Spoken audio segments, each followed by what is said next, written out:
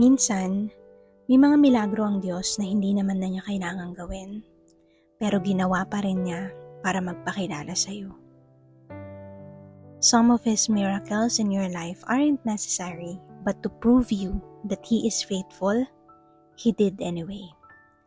Quick story time. Nung bata ako, niregaluhan ako ng ninang ko ng mug. Sealed pa, merong box, napakaganda talaga. Pero dahil hindi naman ako mahilig magkape, hindi ko na rin masyadong inusisa. Hindi ko na binuksan, diretso display na lang sa bahay. Ilang years nang nakalipas, buo pa rin yung mug na yun. But on a specific day, tandang-tanda ko pa na kailangan ko that time ng pera pandagdag sa mga bayarin ko sa school. And I just whispered, Lord, sana naman makapulot ako ng pera.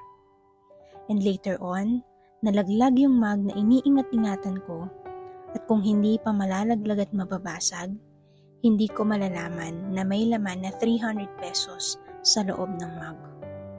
And that day, God tapped my shoulder and reminded me that He is able.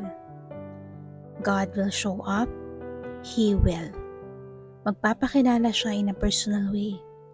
Regardless how ordinary a day is, if He wanted to, He will meet you there.